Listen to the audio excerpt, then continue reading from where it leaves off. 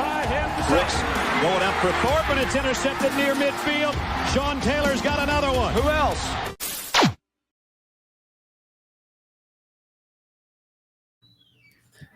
All right. Well, thank you guys for sticking with us. We needed some time to bring in a very special guest. He is Mr. Perfect himself. Through perfect game for the Miami Hurricanes, drafted by the Milwaukee Brewers, throughout the first pitch at the game yesterday. Here to talk about the UMUF series, Javi Salas. Excited to have him on board. Thanks for having me, D. Before that, we want to remind you guys that this segment is brought to you by Sallah Astarita Cox, LLC, a boutique law firm focusing on securities, regulatory matters, broker-dealer and investment advisor regulation, white-collar criminal defense, complex commercial litigation, and securities arbitration and litigation. The firm aggressively represents clients throughout the nation. Their lawyers have over 100 years of collective experience handling securities and white-collar criminal matters, including investigations, white-collar regulatory proceedings, and enforcement actions in federal, state, and administrative courts. They've also handled investigations conducted by congressional subcommittees. You can contact them now at 561-989-9080 and check them out at salahlaw.com. All right, Javi, welcome. How you doing? Good to be here, man. D is a new era of CanesInSight, man. I'm excited for you guys. Obviously, you and Pete. It's great. It's tremendous, man. No, excited for you. We got some stuff cooking with you, which people will be finding out about. Just getting you more on camera. You know, you got to get the tan right. Got to get ready for your media career here. I know you got the start in the spotlight here with the first pitch yesterday, which was awesome, man. And I want to start kind of on the whole, right? We talked about this series all off season. That was going to be pretty big start. Now that you've seen it, if I would have told you, hey, you lose one, hang tough in a couple, would you have taken that? I think you definitely would have. I mean, you're talking about the 4th ranked team in the country, a team in the University of Florida that's going to come in and have arguably the best roster you're going to face all year long, right? Pound for pound, that Florida roster is legit. And you hang tough on Friday, you beat Florida on Saturday, and then on Sunday you get Jack Caglione, right? And that's kind of the story of the beast of University of Florida. They had the best player on the field all 3 nights, and on Sunday he pitched and hit himself to a Florida victory. So I mean, look, does Miami want to lose 2 or 3? You don't want to make that a habit, right? Obviously, Florida's our biggest rival. It's, the barometer of the early point of the season. You want to make sure that this team is set up for success moving forward. I think there's a lot of positives that we're certainly going to touch on. But look, man, I was watching that game yesterday and I saw Jack Caglione play. That he's by far the best player on the field, and it was inspired. It was incredible to watch, incredible to see him handle the bat and pitch. It was if you're a Florida fan, you're really, really lucky to have that guy on your roster. Yeah, dude, I was with you on Friday. He looked like a tight end. Yeah. Easily. Yeah. Or D end. I mean, he's huge for being as athletic as he is. But, Jim Sallah gave me this idea, which is let's talk about the good, bad, and the ugly. So let's start with the good. What's the biggest takeaway, aside from, the results? What did you see on the field that you said, okay, I feel better about this Canes team than I did going in? Right. So certainly the good you want to look at the optimistic points, right? Like, Saturday and Sunday starting pitching held their own against Florida. Obviously, Herrick Hernandez would want to have a better start. Unfortunately, you spot Florida an error in the first inning. They take full advantage of it. 2 runs right on the board, right off the bat. So it's kind of one of those things where there's building blocks Saturday and Sunday. Rafe Schlesinger pitched really well, I thought, on Saturday afternoon. Herrick Hernandez did the same thing. And then there's some young guys in the bullpen that are really, you can sort of hang your hat on. Nick Robert came in late in the game on Saturday, pitched again on Sunday, did really well. Jordan Vargas had a nice outing, his first outing, in the midweek role. Gets put into a high-leverage situation on Saturday, works himself into some trouble, but obviously building blocks, something that you're going to see him get much better in these situations. And then again, it's one of those things where this is all great experience for our young guys. I think the good part about all this is we played a lot of freshmen. There's a lot of young guys, a lot of building blocks. Daniel Cavey, everyone was worried, can he hit against big-time pitching? Answered the bell. Jason Torres answered the bell. So Miami's got a lot of building blocks. We get into ACC play now, and you got to continue to build. The young guys got to develop.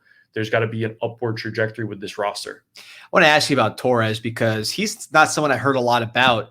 I didn't see him a lot last year. Didn't hear a lot of hype about him. Like Cuvée, you knew the hype coming in. Torres, I didn't hear much about him, and I didn't see much last year. Replacing a major league player in Kefis. What do you see from him as far as his upside? Like, what do you think he can be as he progresses in his career? So I think I see the game through like a lens of a pitcher. I see a lot of guys that are really aggressive at the plate. It starts with Blake Sear setting the tone at the second batter. Cavey super aggressive. Torres is super aggressive. You're seeing guys take hacks. I think Torres is one of those guys too, where anything he's like a volume shooter. He's going to swing a lot. There's going to be some swing and miss, but the power is what is going to set him apart. I really do see 15 to 20 home runs from this guy, right? Like there is a ton of upside. Obviously, you mentioned we didn't see a whole lot of him last year. He's playing behind Kefis and Yo-Yo Morales, two guys we're going to see in the major leagues pretty soon. So like Canes fans don't really know Jason Torres, but he is a really, really solid baseball player. He's going to have protection in the lineup, presumably from the Sears and the Caveys of the world. That 2-3-4 for Miami is really formidable. If you're looking at getting 27 outs in a game, you want to avoid those three guys as much as possible, and Jason Torres is right in the mix of that. Do you like that approach? You mentioned just the going for home runs. There were a lot of home runs this weekend. You saw Caglione hit a couple. Yeah. He hit 33, I think, last year. He's had a 33 home run season. So do you like that approach to modern college baseball, or do you like kind of the old school style, or a mix? So, I mean, the tail of the tape this weekend was the team that hit the most home runs won the game, right? We saw it on Friday. Florida hit a couple out of the yard, especially late in the game. Saturday, Miami outslugged the Gators, and Sunday, the Gators hit 5 home runs, right? So it's a race to hit the ball out of the park. The wind was blowing out at Mark Light, which it usually does during these day games. So, as a pitcher, I always fear the home run. I like to keep the ball down in the zone and avoid. If you're going to beat me, I want you to string together base hits and execute with runners in scoring position.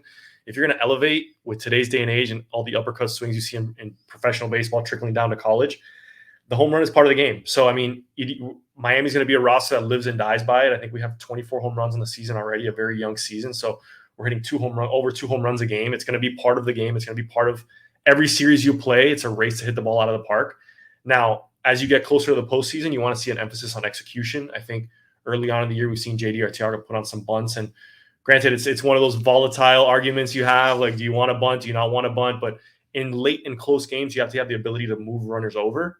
We're going to see some of that. I know JD, that's a big emphasis for him, but the name of the game right now in professional baseball and college baseball is hitting the ball out of the park. And if you want to be successful, you got to hit the ball out of the park. You feel every bunt has set multiple group chats on fire. I know you're in them too. It feels like it happens every time you see one of these bunts. Let's focus on now switching to the bad. And with the bad, what's something that maybe you expected it to be a certain way and you were disappointed? Like, hey, we could do this better. We just didn't do it in this series. I mean, look, you have like building blocks on hanging tough with the Gators, but I think that narrative, like, it just gets tired. I know the fans don't want to hear it. They don't want to hear about, oh, we played them close. At the end of the game, it's a results-based industry in every sport. The University of Miami is accustomed to winning games, and every sport that they play in, you lace them up for the U. You want to win, especially when you're playing an in-state rival like the Gators. So I think the bad was just a sense that we lost a series, right? And then that Sunday game, for me, I always see like the Gators celebrating on your home field. It just sucks, man. Like, we don't like those guys. They don't like us. There's no love lost between the staffs, the players, the programs. And then you get, it was a close competitive game for the most part. The Miami pushes a couple runs late with the Dorian Gonzalez grand slam. And then they hit a home run in the top of the ninth that really kind of just, puts a nail in the coffin again, for the Gators. But, the bad, I would say, is just losing a series. And I think, we've lost 2 midweeks in a row. We lost to UCF, lost to Florida Gulf Coast. So you want to make sure that, yes, we hung tough. There's a lot of building blocks, but ultimately losing a series to the Gators is just, it's one of those things you never want to see in an in-state rival like that. It's tough to swallow as a Canes fan.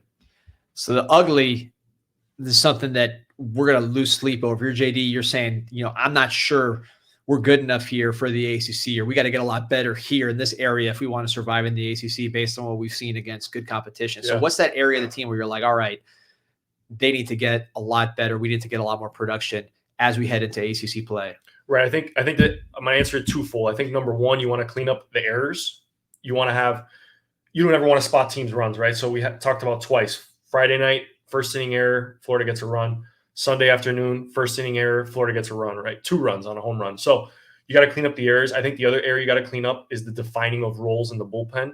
I talked about some freshmen that got some key, innings, pitching some really tight situations.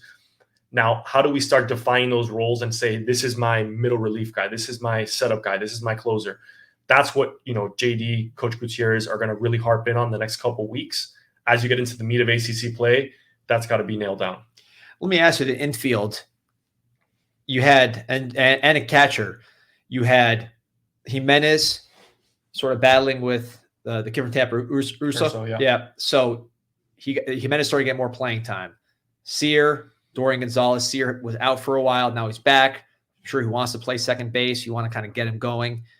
And then the catcher, there's some buzz. Hey, can we get Scanlon getting some more at bats? So those three spots, how do you see that shaking up? Or do you have any sense, or do you think that's still very much an open question?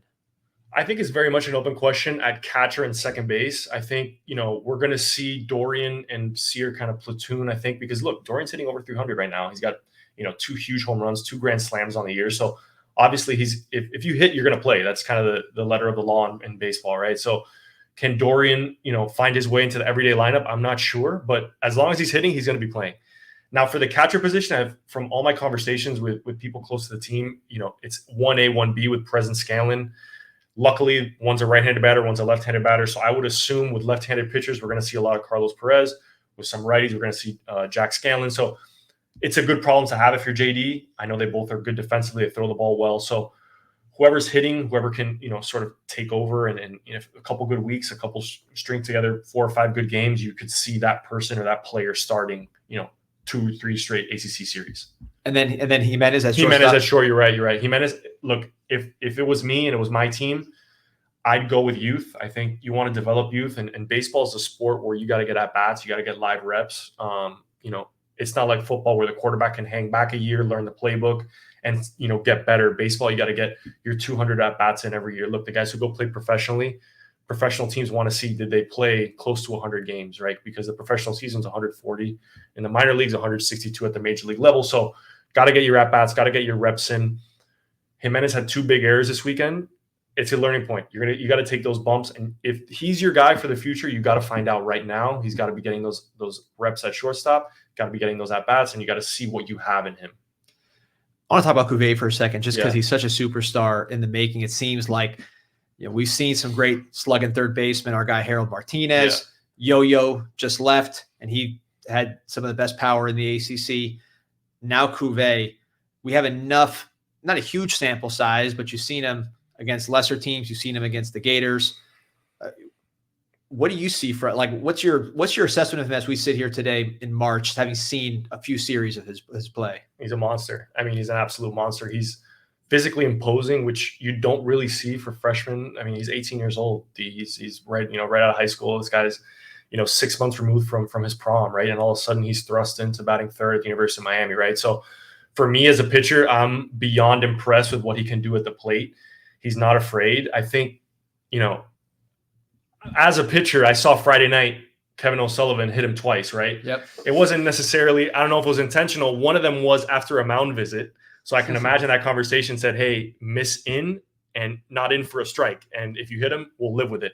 So I saw a kid that gets hit twice. There's nothing that, he wasn't scared. Saturday, he comes and hits a huge home run in a clutch situation. So for me as a pitcher, man, that guy's got all the makings of a superstar. And you hear his quotes after the game about, work ethic and what he wants to be. He, for all intents and purposes, if he answers the phone on draft day last year, I'm sure he's drafted in the top couple rounds, and he's in a minor league organization right now, working his way up to a full season club. And we've talked to guys. We talked to a lot of the same people that say that Daniel Cuvée could play in our minor league organization right now and be super successful, right? So Miami got a really good one. He's only going to continue to develop. This weekend was the proof of concept for him, I think. We were kind of worried. He hadn't faced anybody. Has he seen real college pitching yet? Answered the bell. The kid is the goods, man. I think he's a superstar. We got to rally around him as Canes fans and, make him feel like the superstar that he is. And, I think the sky's the limit, man. I'm excited for him. I'm excited for his trajectory. I think he's a better athlete that leads on. I think people think he's a big, bouldering guy. He plays a really good third base, made a really nice catch on Friday when we had a shift, and he went back into short left field and made a tremendous catch. So Daniel Cuvée is going to be the next face of the program. I think he already is, and we got to get out there and support him. All right, last thing, especially for those people who haven't caught up to the season yet, they're trying to get into it. What are you looking to see from this Canes team going forward? What are you watching now that you've seen a little bit about what they are? What are you watching going forward to say this is what they need to do to have a successful season? The ACC is tough. I looked up the top 25 today. There's 6 teams in the top 25 as of today's poll, right? So week in and week out, you're going to be challenged. I think 500 team in the ACC play gets you probably close to hosting a regional. So we got to develop and win at the same time, which is the hardest thing to do as a collegiate baseball program, right? We're going to have a lot of youth. You look around the infield, you got Cavey as a freshman, Jimenez is a freshman, Sears a sophomore, Torres is a sophomore. 3 out of the 4 guys haven't really played much. Jason Torres is really getting his first experience in collegiate baseball. So you're gonna have some learning bumps along the road, but I think this coach has to trust the development, trust guys like Darren Fenster, Laz Gutierrez, have been around the block, been in professional baseball, know what it's like to develop talent and win at the same time with the expectations at Miami. That being said, we got a really tough ACC series this week with the University of Virginia coming in. They're 10-1. They played really well at a tournament up in Jacksonville, beat a Big Ten team in Iowa, beat an SEC team in Auburn. So this team is battle tested already.